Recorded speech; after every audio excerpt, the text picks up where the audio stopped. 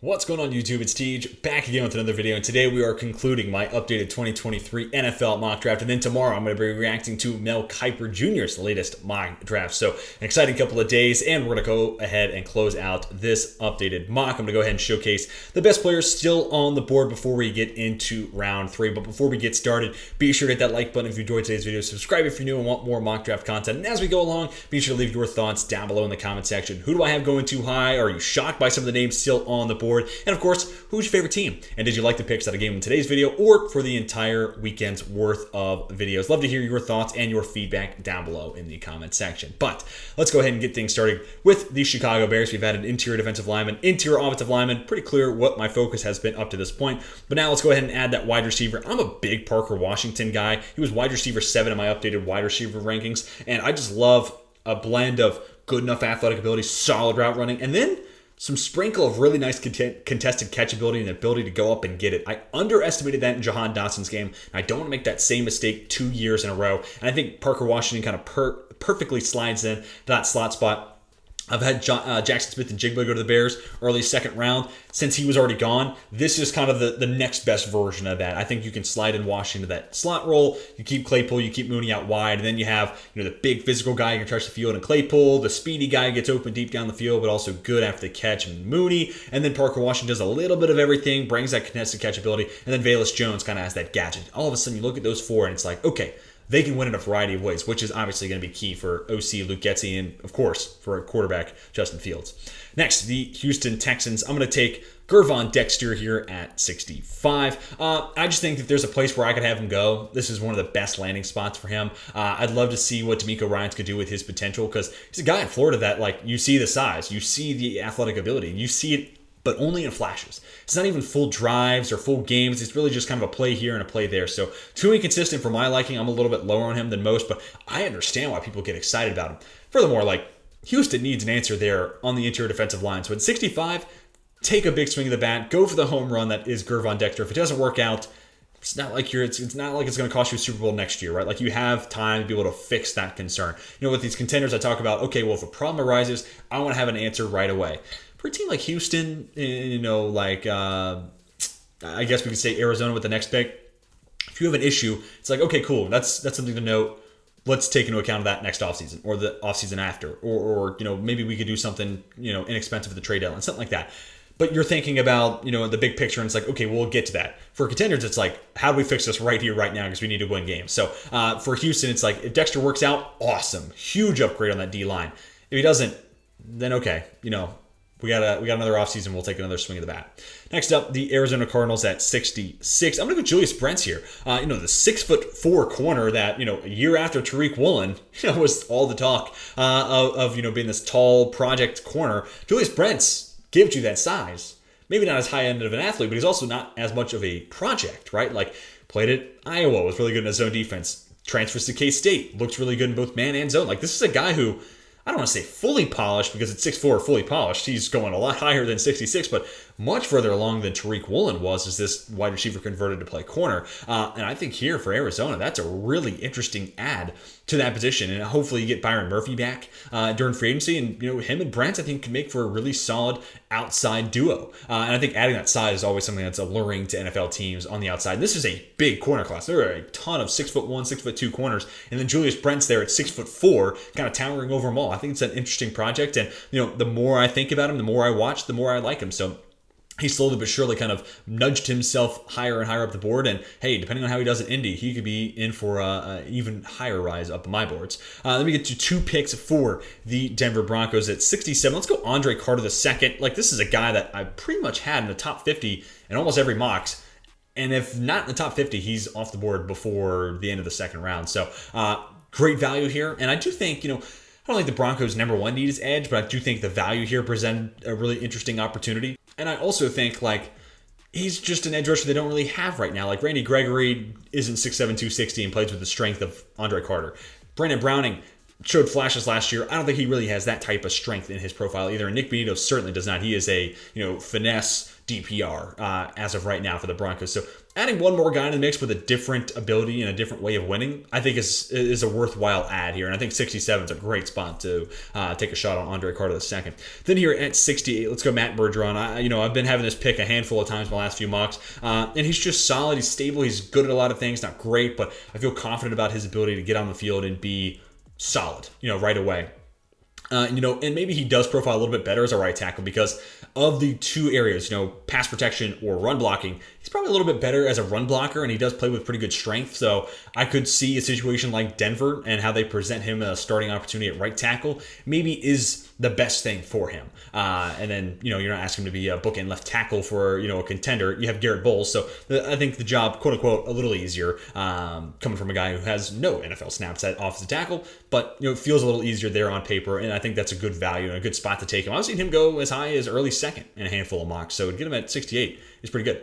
Then we get to the Rams at pick 69. We're going to go Felix Anudike-Uzomah. And another one of those guys where it's like, dude, man, this is just some really solid value here. There we go. Finally, the screen was messing with me there for a second. But FAU gives the Rams that extra pass rusher I feel like they've been looking for. And pair him up with Leonard Floyd, who, FAU is really not a great run defender, but Leonard Floyd actually is. And Aaron Donald, when he's healthy, is a really good run defender still. So that feels like a defense that is uniquely skilled enough to be able to hide Felix Anudike-Uzomah's lack of efficiency and lack of production as a run defender. But then you're getting one more pass rusher, a guy who can help take the weight off the shoulders of Aaron Donald and help get that much more out of Leonard Floyd and so on and so forth, especially moving on from Bobby Wagner, a guy who, Seattle and LA were kind of creative about trying to find ways to get him to be a part of the pass rush department.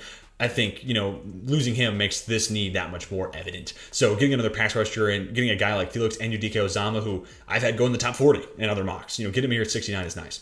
Then we get to 70, the Las Vegas Raiders. We're going to have them take Derek Hall. So another guy that's a little bit lighter, not great run defender, but one of these speed edge rushers that's great at attacking the outside shoulder. And just to remind myself, let's look at what the Raiders have done up to this point. We go corner, offensive tackle, edge. If you were to ask me, those are probably the three positions where I think they should attack. Maybe a linebacker instead of DeJuan Jones at 38. But I did go True Sanders in last week's 3-round mock, so did want to change it up just a little bit. So linebacker, corner, edge, that would be an awesome haul, or corner, offensive tackle, and edge. I'd be totally here for that. And Derek Hall kind of gives him that speed rusher that I think they were hoping Chandler Jones would be, but unfortunately he's coming off maybe the worst season of his career. And then furthermore, he might not even be back next year. And also, Max Crosby comes with good versatility. I think he can play edge, but also you can kick him inside depending on what formation you're running in and where you got him lined up. So there could be a world where maybe Chandler Jones does take that step back in the right direction. Derek Hall and Max Crosby, all three of those guys can be on the field at the same time. Next is the New Orleans Saints. I'm going to give Zach Harrison, really intriguing prospect. I think a guy that we're going to be talking about a ton after the combine. I think he's going to shoot himself back up into that top 100 conversation. Not that he's been in the top 100 in every one of my mocks, but I think he's a name that we're not talking about in that edge group, and he's going to be a guy who's 6'4", 6'5", has good weight, runs 4.4s maybe. I've heard some rumblings of that, if not high 4.5s, and he's a good athlete. His problem is he just can't bend. So we added Kalijah Kancey earlier, and he's an interior rusher, maybe with the flexibility to play some edge, but I think adding this big, tall, brute, physical defensive lineman and edge rusher in specific could be a really nice add there. And plus, New Orleans prioritizes that edge rotation. So Peyton Turner's a freaky athlete. Cam Jordan's really solid, stable, but he can't play forever. Adding Zach Harrison, who is a freaky athlete, he's just not a great guy when it comes to getting super bendy. Like his 3-cone is not going to be his strength at the combine. But he does a lot of other things really, really well. So giving him a specific role, having him be that third edge rusher right away, I think is a good way to get his feet wet at the NFL level. And maybe in a couple years' time, he could be that replacement to Cam Jordan. Next, Tennessee Titans, same pick I had in the 3rd round last year. Antonio Mafi feels like a perfect fit for this blocking scheme. And yeah, maybe they could wait till the 4th round to get him, maybe. But why take that risk? And also, I don't have a 4th round video coming tomorrow. So, talk about him here in the 3rd round. But you pair him up with Paris Johnson Jr., boom. Johnson Jr. becomes your left tackle. Mafi becomes your upgrade there at left guard. And they both improve upon your identity, letting you feed Derrick Henry and make his life easier. Like, there were so many games last year where Derrick Henry is still a force to bring down. And he's getting like 4 or 5 yards after contact, but the problem was he's being met at or behind the line of scrimmage. So we got to clean that up. Let's take Paris Johnson Jr. at 11. Let's draft a guard here at 72, and let's make it like 2 years prior where Derrick Henry was getting touched 2 and 3 yards beyond the line of scrimmage and was still taking 4 or 5 yards to be brought down. So that's like the best case scenario there for Tennessee. And then that sets up the play action game where we took Tank Dell in the 2nd round yesterday. So that ground and pound attack, force defenses to adapt and change and play it honest, and then you get Tank Dell over the top for the big plays. So it feels like it makes a lot of sense, at least in theory. Next is the Houston Texans at pick 73, and I'm going to go with Tyler Scott here, wide receiver that kind of, I guess he's been in the last couple of mock drafts of mine. Now I just got to find him, but this guy who reportedly is going to run in the 4.2s, already ran like a 4.29 back in high school, which is just insane. But this could be your perfect Brandon Coach replacement. Additionally, it sounds like he's going to have a more than 40-inch vertical, which bananas. So Tyler Scott, freaky athlete, could be that deep threat. And I think a lot of the same stuff that made Alec Pierce someone who was catching a lot of day two buzz and ultimately what took him to being into a second-round pick to the Colts. I think Tyler Scott's going to have a lot of that same love and luster. Here I haven't fallen to the third round, but again, feels like a perfect Brandon Cooks replacement here. Keep that over-the-top element in the offense. And then you have Nico Collins, who not really a possession guy, but could do maybe a little bit of that because of his size, but also a big, tall, vertical field stretcher. And then John Mechie III could be that slot guy that maybe has a bigger role in the offense in regards to volume and works a lot of the underneath and intermediate stuff. Then we get to the Jets at 74. I'm going to go Dorian Williams. I've made this pick in previous mocks, but I can't remember the last time I did it. But dude, Dorian Williams, look, he's going to get blocked out of play. So in a perfect world, I have him and CJ Mosley. Mosley kind of being the focused linebacker on stopping the run. You know, anything in front of him, that's his job. And everything, you know, when it comes to pass coverage and everything behind those linebackers, Dorian Williams is the specialist there because there aren't that many twitched up linebackers in this class. There are a few, like Owen Papo is a freak, and DeMarvin Overshone is kind of one of one. But Dorian Williams, this guy flies, and 6'2", 230, somewhere there, 235 maybe. He's gonna get blocked out of plays. Diane Henley's another good example of this. They feel kind of similar. Kind of Dorian Williams is low key the poor man's Diane Henley, but nonetheless. Going to get blocked out of place, but let this guy just be a coverage specialist, which feels like the thing that Robert Saleh is missing from that middle of the defense. So just another week, another mock draft where I give the Jets tackle, safety, and linebacker, and then some order of that linebacker-safety combo on day 2 of the draft. So whether it's safety then linebacker or linebacker then safety, I don't think you can go wrong either way. And then that kind of patches up all the holes I have in that Jets defense. Because even if they move on from Carl Lawson, I think you drafted Jermaine Johnson in the first round last year for a reason. You still have John Franklin Myers. That's a solid edge duo. Those guys can be your starters. And then if you address linebacker and safety, again, I don't really see any holes on that side of the ball. And Williams just is that coverage specialist linebacker spot that Saleh hasn't had in New York yet. So try to give him as close to a Fred Warner as possible. Next, the Atlanta Falcons at pick 75. This is where I'm going to have Keyshawn Butte come off the board. And I say this every week. He is a tough player to assess where he's going to go in mock drafts, but you add this type of speed wide receiver on top of what you already have in Drake London, who's this big, physical, hard to bring down wide receiver, and because he is so hard to bring down and such a physical runner, he becomes a good yak weapon, but he makes his living in that, line of scrimmage to 15 yards down the field. He is a great route runner underneath and parts of the intermediate of the field, and then again, hard to bring down. And then Kyle Pitts, tight end, wide receiver, hybrid. Honestly, if they moved him to wide receiver, I wouldn't be mad, just so he can get more targets in his direction, and a guy who can do a lot of different things. So then you add that over-the-top speed element, and I kind of talked about this yesterday with Will Fuller and some of the other speed wide receivers. You add a Keyshawn Butte and that ability to take top off the defense, there's going to be a whole lot more for Drake London to do underneath in the intermediate parts of the field because safety's going to have to play deeper. Corners are going to have to respect that over the top speed if they're playing zone like a cover 4. They're going to have to be ready for Keyshawn Butte to be potentially behind them. So because of that, Drake London's job gets easier. Kyle Pitts' job gets easier. Cordero Patterson, if he's back, his job gets easier. Tyler Algier as a pass catcher, his job gets easier. So would love to see them add a guy who runs that 4.2, 4.3 speed. Tyler Scott, if he's available, I'd love to see that fit in this Atlanta offense as well. So Scott, Butte, whoever it is, love to see them be the pick here at 75. Then New England at 76. I've made this pick also before, but Blake Freeland feels like he could be their future Nate Solder. The 6'8" tackle, so the body comp is sort of there. Struggles with speedy, bendy edge rushers that can get underneath them, but nonetheless, been a really solid starter at BYU. You kind of had to take that with a little bit of a grain of salt because Brady Christensen looked like a brick wall while he was there, and Freeland was there while Christensen was there, first at right tackle, then flipped over to play left tackle after Christensen went to the NFL level, but nonetheless, the level of competition wasn't great. So it may be a little misleading, but he does look good from what tape you have, and he has the size and the strength to be able to play at the next level. And yeah, if you got a speedy edge rusher, he may need some help. Maybe he needs a chip from a tight end or, some extra help in the running back in the backfield. But nonetheless, I think when you're looking at New England, Isaiah Wynn's gone, and Trent Brown makes a lot of sense to be a cut casualty because you can save north of $10 million. Maybe he's a cut and then a re-sign. or just a straight up like pay cut. Maybe they figure something out there. But you could be looking at this team needing 2 tackles. And honestly, here's a fun idea. If they move on from Trent Brown, like what if they just roll out with these 2 6'8" monsters, and they drafted Blake Freeland here in the 3rd and had signed in free agency Mike McGlinchey. Just had these 2 towers on opposite ends of the offensive line. That'd be kind of fun. But I could also see, like I said earlier, them just restructuring and cutting and then bringing back Trent Brown to play right tackle. Blake Freeland gives you that guy on the left side of the offensive line then. Next up, the Miami Dolphins at pick 77.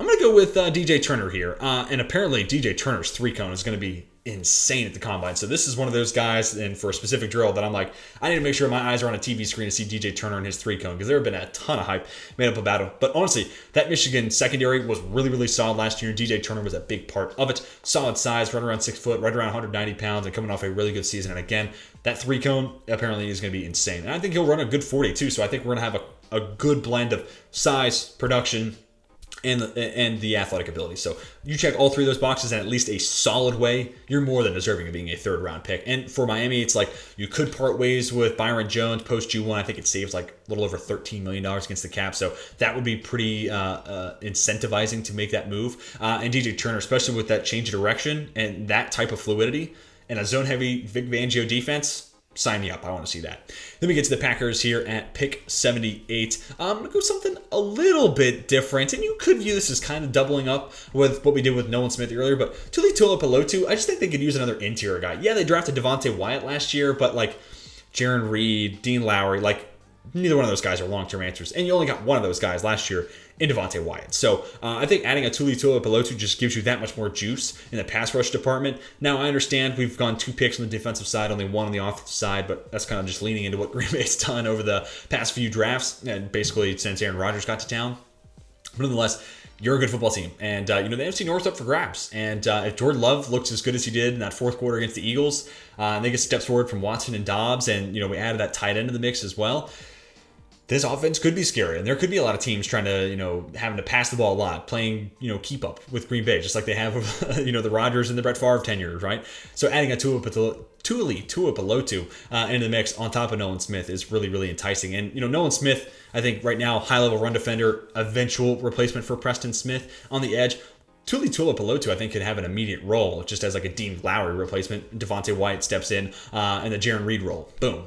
Your 2 of your picks in the top 100 over each of the last 2 drafts have a starting spot. Ideally, that's how it will work for Brian Gutekunst, and I'm sure he would be happy with that. So just want to throw out a different idea here. I don't want to make every video the exact same and every mock the exact same. So Tuli Tuipulotu, if you're a Packers fan, would you be interested in that here in the middle of the 3rd? Next, the Indianapolis Colts at 79. Same pick as last week. Emil Ekiyor kind of feels like this might be a pick I continue to make, because the one spot on the Colts offensive line where I'm like, they can definitely get better is right guard. And Emil Ekiyor played right guard every year as a starter at Alabama. So it feels like you'll be able to draft a guy who's NFL ready, has solid size. He may lean a little bit. It feels like it gets caught, with his upper half out in front of his lower half a little bit. And if you're reaching, the defense is teaching. Same thing to say in basketball. So that could be a bit of a concern. But I think he moves okay, has enough strength in his profile, can anchor his feet enough. Nothing super crazy, but one of those guys I feel can be a plug-and-play starter. Him and Jarrett Patterson, kind of that same boat where it's like, yeah, there's nothing like out of this world about either one of those two, but do you like drafting starters? I do. Okay, then cool. Take a shot on Ekiyor and Patterson on in the 3rd, or maybe even if you're lucky in the 4th.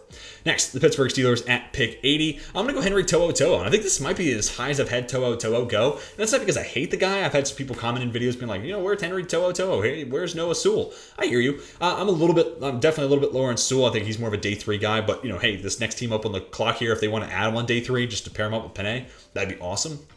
But To'oTo'o, the reason I'm a little bit lower on him is he's just not much of an athlete. Same thing with Ekiyor and the Jarrett Patterson conversation, just in a different position. Where it's like, yeah, there's nothing telling me I need to draft that guy because he has that arm, he has that 40 time, he has that 3-cone, whatever. To'oTo'o is just solid, stable, 4 years of playing time, first at Tennessee, then Alabama. Can wear the green dot right away, which is alluring. And I could see Pittsburgh here, middle of the 3rd round, where it's like, yeah, well, we traded up for Devin Bush and bought into the upside, and that didn't really work out. So if we can get a guy who can just be trusted as an every down starter, pair him up with Myles Jack. Yeah, it's not sexy, it's not flashy, it's not a 1st round pick. Yeah, I hear you. But if we get an upgrade there, it doesn't matter where we get him, right? And it doesn't matter if he's not a crazy athlete like Devin Bush. No.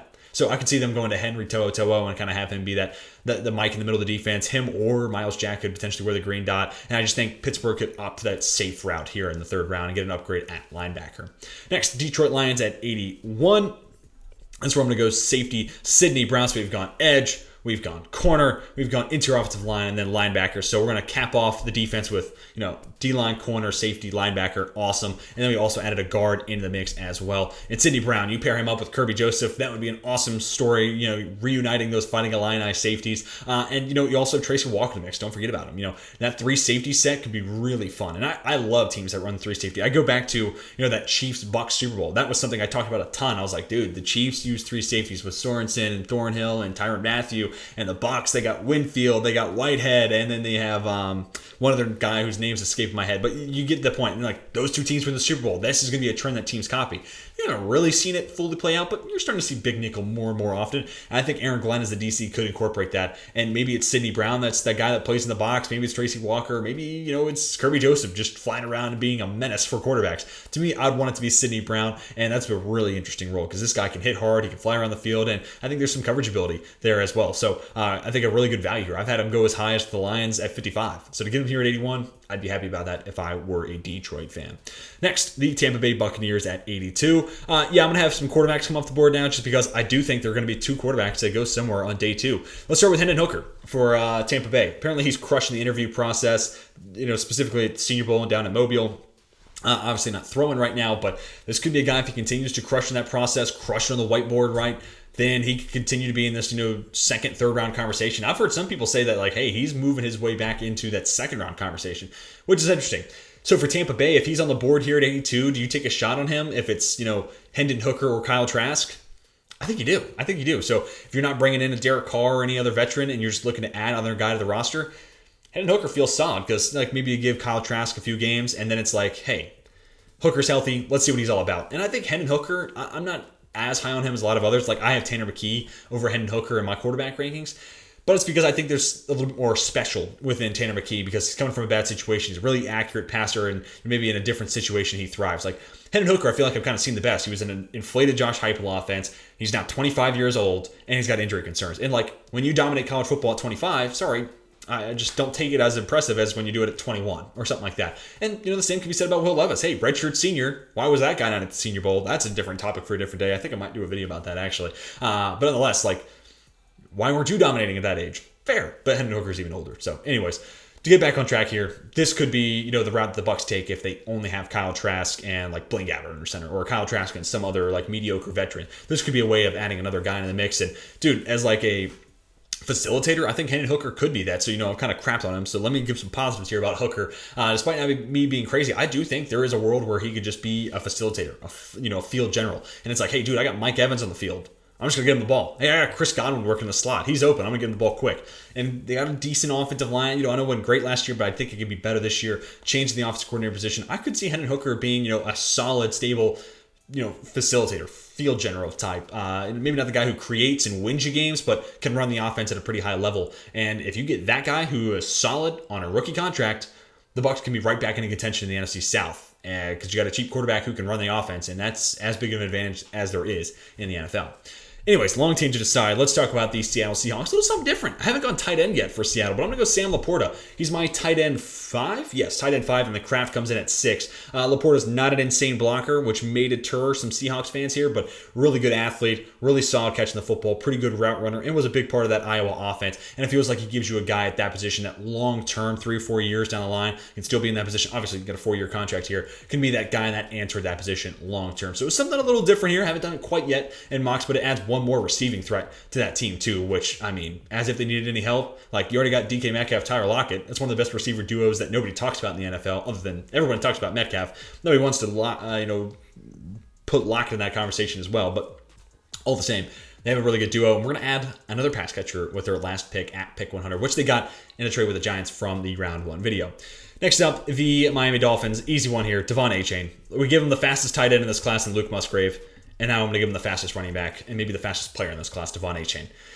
Because, an offense with Tyreek Hill and Jalen Waddle just ain't fast enough. It's just, doesn't do it for me, I'm obviously kidding there. But, dude, could you just imagine Mike McDaniel with the fastest tight end, fastest running back, and then those 2 wide receivers? have a field day to Tagovailoa, have a field day Mike McDaniels. I'd love to see it. So get him here at 84. Yeah, that feels like an awesome spot to nab up A-Chain and a perfect fit for that offense because it's his own blocking scheme. And he's a guy that runs that 10-1 100-meter dash on the track and field team at A&M. Hit the hole and run. And good luck catching up to him because I don't think there's going to be a whole lot of people who can. Then we get to the Chargers here at 85. I'm going to go Adetomiwa Adebawore from Northwestern, 6'2", 280. So kind of pairing him up with Monty Smith, who ideally is that nose tackle. And then Adebawore could be that 3-4 DN, maybe a rotational, situational edge rusher too.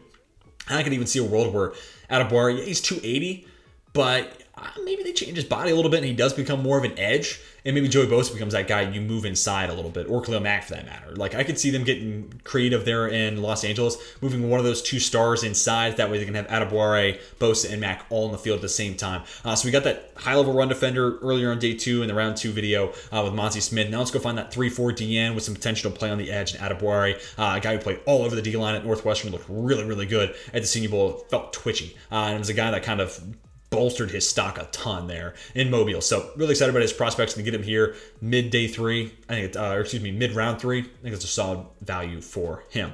Next, the Baltimore Ravens at pick 86, and we went wide receiver in round 1. Now we're going to go Jalen Jones, just a project corner with good size and solid speed as well. Only allowed 10 receptions this past year at Texas A&M. So is that actually back-to-back Texas A&M players? No, it's 2 over the last 3, but that's still fun. Go Aggies, right? Coming off the board, and I just think I look at Baltimore's secondary, and Kyle Fuller might not be back. Marcus Peters probably not going to be back, so that other boundary cornerback position is up for grabs. So I think inserting Jalen Jones in that defense for Mike McDaniel makes a lot of sense. Mike McDonald, excuse me. Also would be fun if DJ Turner falls here, right? Michigan Wolverine for the former Michigan Wolverine defensive coordinator Mike McDonald. That could be a really fun pairing, something I might have to keep in my mind moving forward. So maybe if Turner's available here, that would be their priority. But he's gone, so they take Jalen Jones instead. Minnesota Vikings on the clock at 87. This is where I'm going to have the other quarterback come off the board. And you know what? A lot of times I give teams quarterbacks in the round 2 and round 3 videos, and they're like, I don't want it. We need to get help now. I feel like, now I might regret this later, but I feel like Minnesota fans are going to be like the one fan base that are like, you gave us a quarterback? Thank you, God. Because it feels like every Minnesota fan is just about tired of Kirk Cousins because they're tired of seeing on a 4th and 8 to extend your season, the pass going short of the 6. Now, granted, no one was open on that play, especially when you get the all-22 look. Justin Jefferson has the entire state of New York covering him there. So not really anywhere else that Kirk could have gone with the ball other than just heaving up a prayer for someone. Anyways, I digress. What are you doing after Kirk Cousins? I'm interested by Tanner McKee. Yeah, the offensive line in Minnesota is not great, but like if McKee starts for a year, that gives you one more offseason into the future to fix it up. And it's not like Tanner McKee is coming from an awesome offensive line that he was playing behind at Stanford. It was bad. So he's kind of stepping into a very similar situation. But the difference being, Michael Wilson only plays 26 games over 5 years at Stanford. He'd be stepping into an offense that has Justin Jefferson, a top 3 wide receiver in the league, and in my opinion, a top 2 wide receiver in this league. So yeah, that would be an automatic upgrade for what McKee has. And then plus TJ Hawkinson, Adam Thielen, and Dalvin Cook in the backfield, right? This would be an awesome upgrade of situation. Even comparatively speaking, college to the NFL, like this would be an upgrade for Tanner McKee. So I think, let him sit for a year, let him get up to speed, maybe spend the next offseason fixing up the offensive line to really get that offense as close to perfect as you can, and then maybe you turn the keys over to Tanner McKee. No pun intended. But I'd love to see it. I'm a big Tanner McKee guy. He's my quarterback 5, and I think there's a lot of upside that just wasn't tapped into because Stanford wasn't good and David Shaw was, kind of 1 foot in, 1 foot out. So I'd be really fascinated by this landing spot. And it might be one that, sorry Vikings fans, you'll see more of in the future. Unless you like it, then be excited about it. You're going to see more of it in the future. Jags at pick 88. I am going to add a boundary corner here, even though we added Jamie Robinson. We talked about he could be a slot corner for the time being, but I'm going to add a guy that also I think could feature in as a slot corner. So maybe view Jamie Robinson as that like Rayshawn Jenkins replacement, Andre Cisco contingency plan of the future. Let's go Clark Phillips III here. I think he, if he is your slot corner, awesome. Like 5'10", 183 pounds, and I think the arm length could ultimately give him the label of slot only.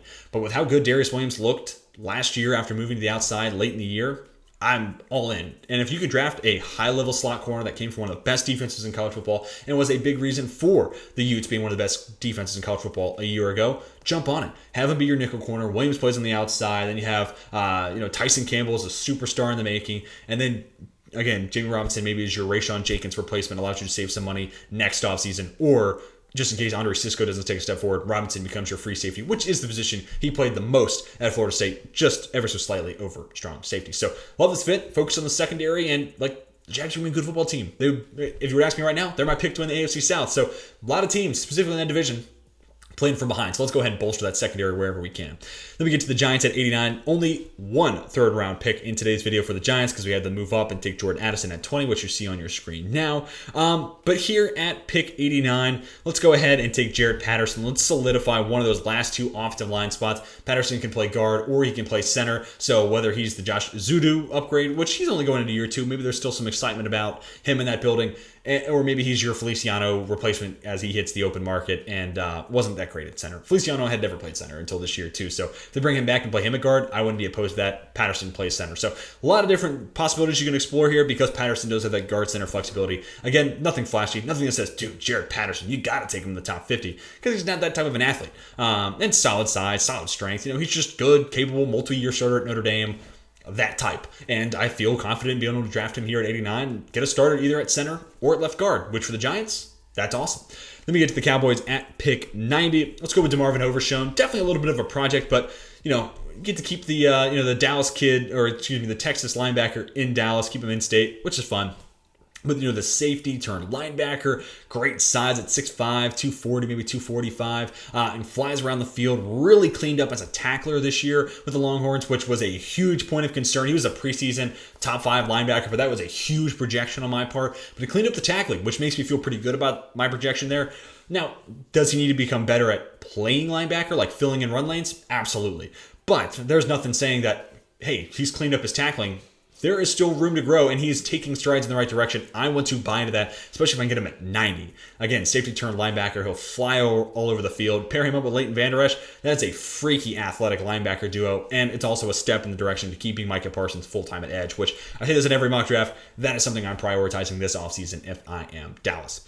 Then at 91, we're going to have the Buffalo Bills take Jordan Battle. Yes, I know Christian Benford can move to safety, and maybe that's just what you do right now to replace Jordan Poyer hitting the free agent market. Or you keep Benford as a little bit of a hybrid, does both, depending on who's in the lineup, who's out, right? I can see that being a role. He kind of fills and he's that flexible chess piece in the secondary. But also, if you add Jordan Battle, that's that contingency for if Micah Hyde ends up, he's on the wrong side of 30. Let's start with that. But additionally, like a guy that they're going to have to eventually part ways with because he makes a lot of money or he'll retire. So this is kind of my long-term Micah Hyde replacement / immediate Jordan Poyer replacement, depending on what they want to do with Benford. But you're not going to have that Poyer Hyde duo forever. So eventually it's going to be Benford and Battle in this situation, which I think that excites me if I'm a Bills fan. So love to see this pick. And I think at 91 to get, maybe not a guy that's a twitchy athlete, but a really good football player. And I've comped them to Xavier McKinney plenty of times. Don't want to get lazy in helmet scout, but they really do remind me a lot of one another. And look at how McKinney has played for the Giants. I'd be excited about it if I'm a Bills fan, getting that type of guy in my secondary for the future, replacing Poyer and Hyde. Next, Cincinnati Bengals at pick 92. We're going to go offensive line here. Jalen Duncan. I couldn't do it in the first round. I do apologize. Michael Mayer at 28. That's just too good to pass up. Get that, borderline blue chip guy. We'll see what the athletic numbers come in at. And if he's got good enough testing, I'm going to keep him in that blue chip tier. But if it's a really lackluster, he might just be on the outside looking in. But Jalen Duncan here at 92. He is a project for sure, but has first-round size, and he has first-round athletic ability. That's why you see Todd McShay kind of sneaking Duncan into the late first round in his last mock draft. Because there's a lot of boxes that Duncan checks. There's a lot of potential within his frame and his athletic ability. He just didn't play like it last year at Maryland. But here at 92, if you're willing to take on a project, he checks a lot of boxes and has the making of being a really good off the tackle. So this could be your, just in case Lyle Collins isn't healthy, type of pick here at 92. Let him work and battle throughout camp. Let him go toe-to-toe with Collins. And then, if things start to go sideways, Duncan's there to step into a starting spot, which I think having that contingency in place is huge, which, I said this earlier in this updated mock, and I'm saying it now, contenders, you got to be able to have an answer right now. You got to be able to answer that question that you have in your roster immediately because you're a contender. You're winning games. You're fighting for playoff positioning. If it's like Houston, which we used the example of earlier, if Dexter doesn't work out, it's like, yeah, whatever, we'll figure it out next year. They're not in a rush to win games this upcoming season like the Bengals could be as their Super Bowl contenders. So, yeah, let's go ahead and have that Lyle Collins contingency in place with Jalen Duncan.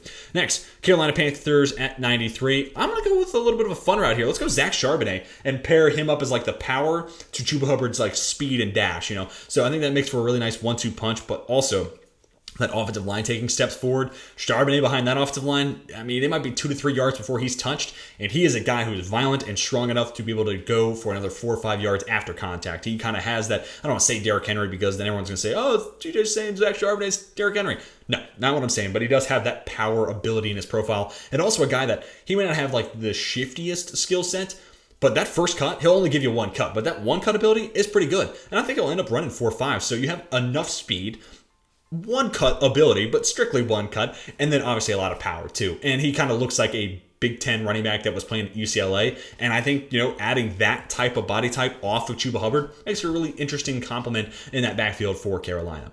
Next, the Philadelphia Eagles at 94. We're going to go Jaquelin Roy. I haven't got him into all my 3-round mocks, but I do think somewhere in the top 100 is certainly live for him. He was a good player at LSU. Stopped the run at a good level, stopped the pass at a high level. He just didn't have anything flashy about him. He didn't have any takeover games. And I was anticipating him, honestly, being like interior defensive lineman 2 this year. Like, I was kind of thinking he might leapfrog Brian Brzee. If not, he'd be right there behind him as that IDL 3, especially once Mason Smith went down, who might be one of the top interior defensive linemen in next year's class. I was like, okay, now Jaquelin Roy is going to be the guy that wins LSU games on defense. And he was good, serviceable, made some plays, but nothing that was like, yeah, this guy's taking the game over. He's the reason they're winning games. Not like Jalen Carter with Georgia, right? So that's a little disappointing, but now that said, if there's a place that could get him to that level and unlock that mystery equation, Philadelphia's got a really good track record of developing, edge talent, defensive line, offensive line, that trench talent. So I'd love to see them take a swing of the bat at Jaquelin Roy. And again, good run defender, so he could play with Jordan Davis if you're having a hard time stopping the run. That could be your duo. But he also could just be a pass rush specialist off of it and maybe get into passing situations. Maybe next year Milton Williams takes a step forward. And it's Milton Williams and Jaquelin Roy is your pass rush. They're on the inside in passing situations, your nickel and your dime formations with 4-man fronts. I'm interested. So I think that flexibility is also really alluring here at 94. Then Kansas City at 95. I'm going to go with an offensive tackle I was just talking about in my updated O-line rankings. Let's go with Tyler Steen. Nothing insane. Like, I think he has just enough power to be able to anchor and just enough movement skills to be able to get out and block, get to the second level. I'm projecting him more here as a right tackle. I do think Kansas City is going to ultimately tag Orlando Brown Jr. again. And I think it's kind of a similar philosophy that I have. Not that, I'm smart and I'm running the Kansas City Chiefs. Not by any stretch. But I just don't want to go into the offseason with more than 2 holes in the offensive line I have to fill, and I don't want those 2 holes to both be offensive tackles. So I think they're going to tag Orlando Brown Jr., make it to where they only need to vacate or fill in 1 off the tackle spot, and I think that Tyler Steen could be the guy that replaces Andrew Wiley, could replace Lucas Niang, who ultimately hasn't worked out in that vacated right tackle spot. So I could see Steen filling in there, and also a guy who's played a ton, right? Like, multiple year starter at Vanderbilt, then transfers to Alabama and becomes a starter there for the Crimson Tide. So you're talking about an experienced offensive tackle that I feel pretty confident about sticking in at right tackle. Nothing flashy, but that's why he's going 95, right? Have him be a plug-and-play starter there at right tackle, which for the Chiefs, it's going to be an important role for them to fill this offseason. Next up, Arizona Cardinals at pick 96. Let's go back to the trenches. We added Will Anderson at 3. Now let's go ahead and give him a nose tackle, Moro Ojomo, who I think is an NFL-ready run defender. Sure, at the Shrine Bowl, maybe didn't showcase as much pass rush potential I thought could be there. Him and Kendrick Coburn were both kind of disappointments for me, but I still think Ojomo, as I previously stated, is NFL ready when it comes to being a run defender. And for the Arizona Cardinals, they desperately got to find that upgrade. So Ojomo, maybe he's only a 2-down guy playing first and second down, stopping the run. But if you give you that, that's an upgrade that the Cardinals have been looking for. And I think this is kind of a year or 2 retool. So focus on the trenches here is going to be key. We've added a interior offensive lineman. We added an edge rusher with Will Anderson. And now we're adding that nose tackle. Nothing sexy, but I think it lays the foundation for years to come. Next, Washington at pick 97. I'm going to finally be able to give him a tight end. Tucker Kraft still on the board. Logan Thomas is just not going to be around that much longer. And where Tucker Kraft does look like a guy playing against lower level competition and pushing kids around the schoolyard, so to speak, maybe that's just because he's that good, right? Like, maybe you buy into that potential. Maybe you buy into that. And a risk worth taking here, in my opinion, at 97. So could be your Logan Thomas replacement and a really good athlete, at least when you watch him on tape. But again, kind of looks like he might be playing against guys at the YMCA. No disrespect. Let me walk that back. I didn't play at the FCS level, so what do I know? But a guy who looks like he's dominating lower level competition. But maybe that's just because he's that good. And maybe he can be that Logan Thomas replacement. And then you add him into the mix long term as an answer with Terry McLaurin and Jahan Dodson and Curtis Samuel there for at least 1 more year. De'Ami Brown's still in the mix. Brian Robinson and Antonio Gibson. It kind of rounds out a really exciting young pass catching and ecosystem around whoever that quarterback ends up being long term in Washington. Next, Cleveland Browns at pick 98. I'm going to go Jaden Reed. Another guy that, I wish I could get him more often in these 3-round mocks, but I think he has that over-the-top speed I've been looking to add, but I also think he can be that slot wide receiver, a little bit under 6 foot, so he kind of has the size that you might want to match up with that. Not necessarily that some 6 foot wide receivers can't play on the outside, but it does make it a little bit easier, specifically when it's like, hey, Amari Cooper's like 6'1.5", he can play on the outside. Donovan Peoples-Jones is like 6'3", 6'4", let him play on the outside. So I think it makes for a natural fit for Reed, but also with the Browns, and a guy who has various, a pretty wide route tree in my opinion. It can do a lot of different things. I think you can expand his role and do various things with him, and good speed too, because I'm looking to add a little bit more juice, a guy who can win over the top, but doing it from the slot is certainly a big plus for Reed. So whether it's working the underneath stuff, being an intermediate threat, or over the top, I think Jaden Reed can win at all 3 levels. So to get him here at 98 and play that third fiddle behind Amari Cooper and Donovan Peoples-Jones, plus those running backs and tight ends, that's a really solid addition and good value here for Cleveland. Next at pick 99, I'm going to go with Nick Broker. I've made this pick a handful of times. This left tackle moved to left guard at Ole Miss last year. Just enough movement skills, just enough strength, especially once you move him into guard. Then I'm not as concerned about that strength profile compared to tackles because I'm comparing him to guards. It's a little different. And I do think he has enough movement skills. It may not be gaudy. Like, it's not like Luke Weipler for a center spot. Like, it's not that good, but he can get out and block. So I think in a zone blocking scheme, he can be a fit. And I think he's an athlete enough. But we'll find out for sure this upcoming week, assuming he is going to be pretty active in those drills and nothing comes up and prevents him from running. But I do think he has enough movement skills to fit into that zone blocking scheme, give you an upgrade there at left guard.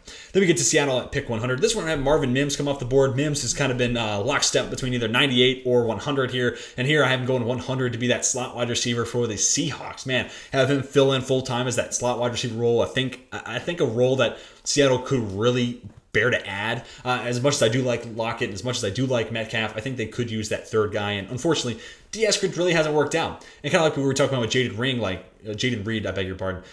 Mims can do a lot of different things. He can work underneath. He can be a guy that works and wins over the middle of the field. He can be a deep threat and super productive, especially his first year as a starter at Oklahoma when he had Lincoln Riley there. Obviously, changing the head coaching staff, the production kind of goes with it. But a guy, multiple year starter, lots of production, and as a slot only, he plays awesome off of DK Metcalf and Tyler Lockett, and could be long-term a Tyler Lockett replacement because I also think he can play outside. So this is a win now, but also I think a win long-term for the Seahawks. 2 more picks to go, and they're both for the San Francisco 49ers. We're going to go with Darius Rush, the corner from South Carolina. Don't let Cam Smith overlook Darius Rush. He had actually a couple more interceptions and 2 inches longer arms. So whether you're someone who buys in heavily into ball production or arm length, he does have a little bit of an edge over Cam Smith in those 2 departments, but I think a solid player. And at pick 101, you can draft this guy and he can be an NFL starter. So I think adding that cornerback room is never a bad thing. So maybe it's him and Ambry Thomas. Maybe it's him and someone else. Maybe it's Ambry Thomas, someone else. And Darius Rush is just the third, just in case, contingency for when injuries happen. But you're a good team. You're going to win a lot of games. You're a contender. Have that next guy up on the roster. And then at 102, let's round things out by drafting a safety, Chris Smith. I've gone Brandon Joseph a ton, but I want to change up the name. Chris Smith, who was an awesome over-the-top safety for Georgia each of the last 2 years when they won the national championship. So I think that fit would certainly make a lot of sense and would make for a fun fit as well. But that is going to do it for my updated 3-round NFL mock draft. Go ahead and scroll all the way through so you can see each and every pick one more time from start to finish. But of course, the point of this video is so I could hear from you all down below in the comment section. Who's your favorite team, and what did you think of the haul that I gave your favorite squad? Did you like it? Did you love it? Were you mixed on it? Or did you have picks that you loved and then some picks that you hated? No matter what it was, I'd love to hear your thoughts down below in the comment section. This is just a catalyst for a conversation. I love interacting with you all, so let me hear your thoughts down below in the comment section. But nonetheless, hopefully you guys enjoyed, and if you did, be sure to hit that like button. It seriously would help me and this channel out a ton, help us reach some other big-time football fans out there. And if you're new around here, first time checking out the channel, highly encourage you to hit that subscribe button because we have plenty more draft content coming your way, plenty more NFL content for that matter on the horizon. But hopefully you all did enjoy. Be sure to come back next week for my next mock, and be sure to come back tomorrow when I react to Mel Kiper Jr.'s latest 2023 NFL mock draft. But that is going to do it for me. Hope you all have a fantastic rest of your day. And until next time, my name is Tej, and I'm signing off.